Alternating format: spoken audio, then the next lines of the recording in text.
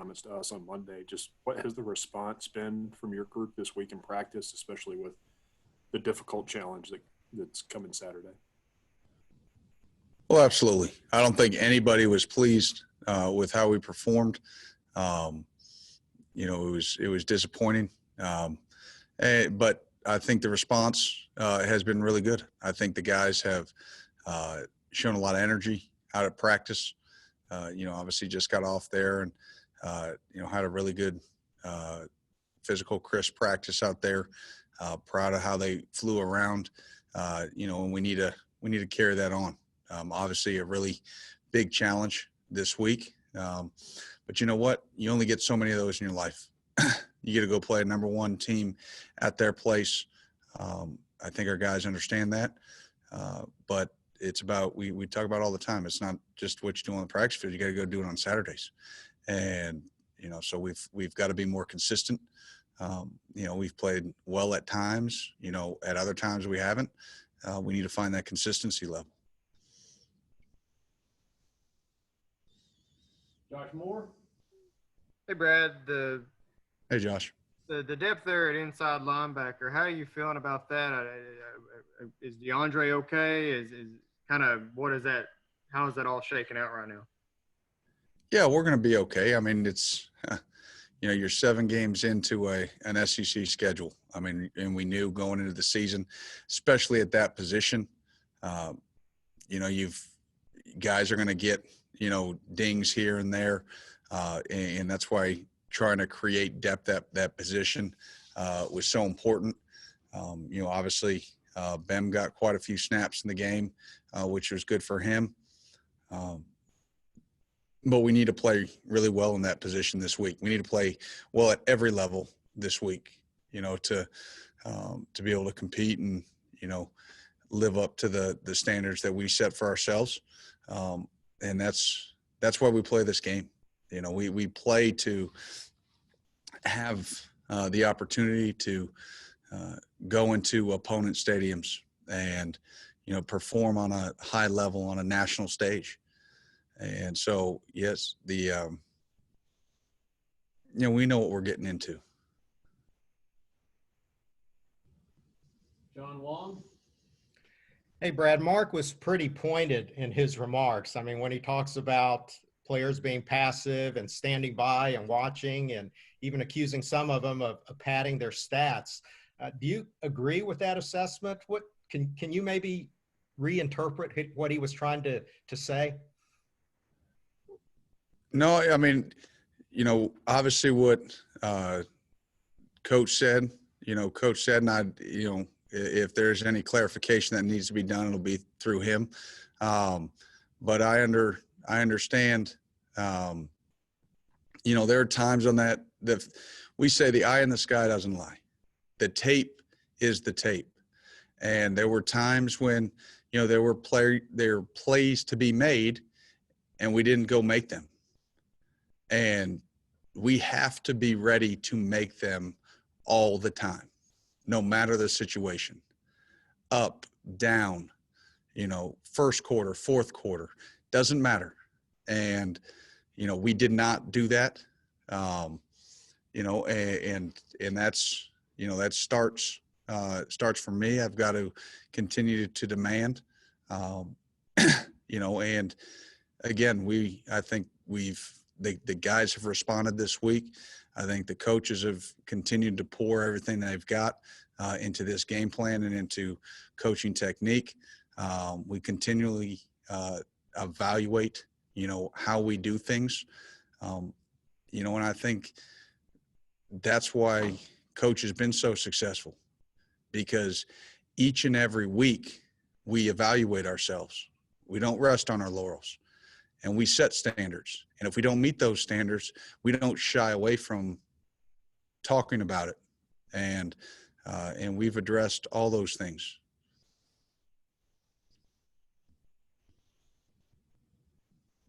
John Hale. Brad, you all were so good on third down the first month or so of the season. I think it's 26 for 46 the last 3 games. Anything in particular that's showing up on third down that's been such an issue? It goes back to that last point we just talked about. there are plays to be made, and we are not making them. And, some have to, come down to recognizing the formation. Some come down to play calls. I probably should have called some better play calls. Some come down to a guy has to execute what was called. So there's a variety of things, and those are the things that create, frustration. And again, we've addressed that situation. We need to continue to improve, and, only time and results will show if we have. Josh Moore. Brad, when you look at just all the playmakers they have, is that something? I mean, I know you guys want to go out and play consistently against everybody, but against a team like that just has so many guys like that, do you ever say to your guys, or the position coaches say to the guys, I mean, go out there and make some plays, because, this is something that scouts are going to be watching. This is something that, I mean, they watch all the tape, but against, guys that are first-round picks across the board, I feel like this is an opportunity to kind of, show what these guys can do. I think they already know that. We don't, I don't know about anybody else. I don't tend to address that. Trust me, the players these days understand the magnitude of every game, which, who they're playing, and not from just a team standpoint, but from an individual standpoint, and, who they'll be weighed against, so to add that, it's kind of like when you're recruiting a young man, out of high school, and, he wants so badly, to earn a scholarship, and that he presses and he gets so worried or nervous, if he has a bad play, what's that going to look like on tape, or this and that. And, if you start playing with that as your mindset, then you play soft, you play timid. If you make a bad play, you start to hang your head, your shoulders droop, the whole thing. And what I try to do is emphasize just play the game. If you can maximize your potential and your talent within the scheme of the defense, within the technique that you're being taught, that's all you can ask for. But, we obviously we don't – anybody can walk up to somebody and say, just go make the play. But you have to tell them how to make the play. And you have to teach them how to make the play. And that's what we try to do every week. John Clay. Brad, when you look at Mac Jones on film, what do you see? Oh, I see a guy who's playing really confident football right now. He understands where to go with the ball. He does a really nice job pre-snap, of identifying, what front, what coverage you're in. He can make all the throws. Obviously, he's got great trust in those wide receivers, and I can see why. They don't drop much. They create separation, on vertical routes, and when they're in an intermediate route and there's coverage that's pretty sticky, they understand how to come back for the ball, extend their hands. They do. They're a quarterback's best friend. So they, again, and then he can hand that ball off to Harris and, to Four. It's with that big old line in front, I can see why he's confident. Lonnie Demery. Brad? Yes, sir. You're on mute, Lonnie. J.J. Weaver. J.J. Weaver was awarded the Freshman of the Week award this week. Walk us through what you think went into him getting that award. What did you see him doing that merited him getting that award? I'm not saying he didn't deserve it. I'm just saying, tell me how he played. What do you think he did well?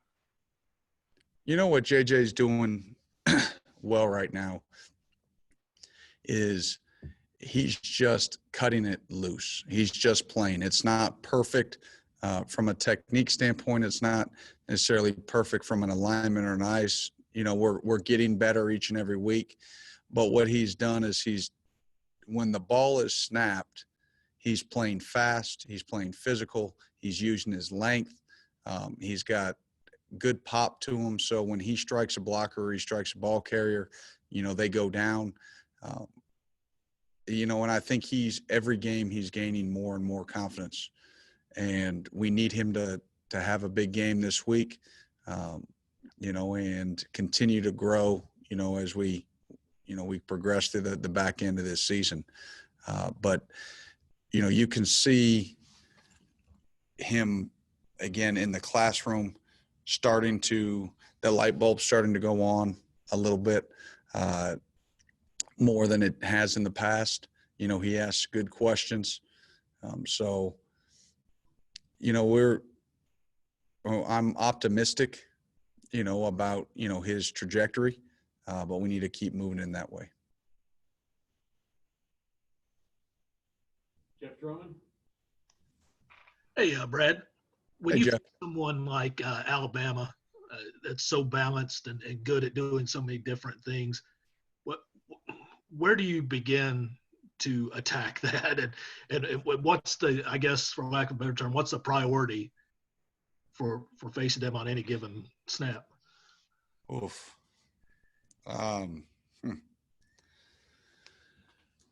We understand, the challenge that it presents. That's the bottom line. No one's going to, beat around the bush there. They average 7.8 yards per play, about 12 yards per pass attempt, 6 yards per rush. I mean, if you load the box to stop the rush, they're going to go, hit you in the pass game. I mean, I think it's over 15 yards per completion. If you back up to, lighten the box to try to handle some of the pass, again, that's a big physical offensive line that does a great job of rooting out big D linemen, creating a new line of scrimmage. Then you hand it to a 230-pound back coming downhill. So where do you start? You got to just try to mix it up, and guys are going to have to make plays. There's going to be no perfect calls. Guys are going to have to rise to the challenge, and they're going to have to win one-on-ones. Guys are going to have to go against really talented players in situations that may not necessarily be all that advantageous, and they're going to have to come out on top. They're not going to win every one. I'm not going to beat Coach Sarkisian in every play call back and forth. But what we have to do at the end of the game when the tally's made is we're going to have to make more plays than they do. And there's no great place to start. The place to start is you got to try to get them off schedule. They're as efficient an offensive football team on first and second down as I've seen since I've been back in college.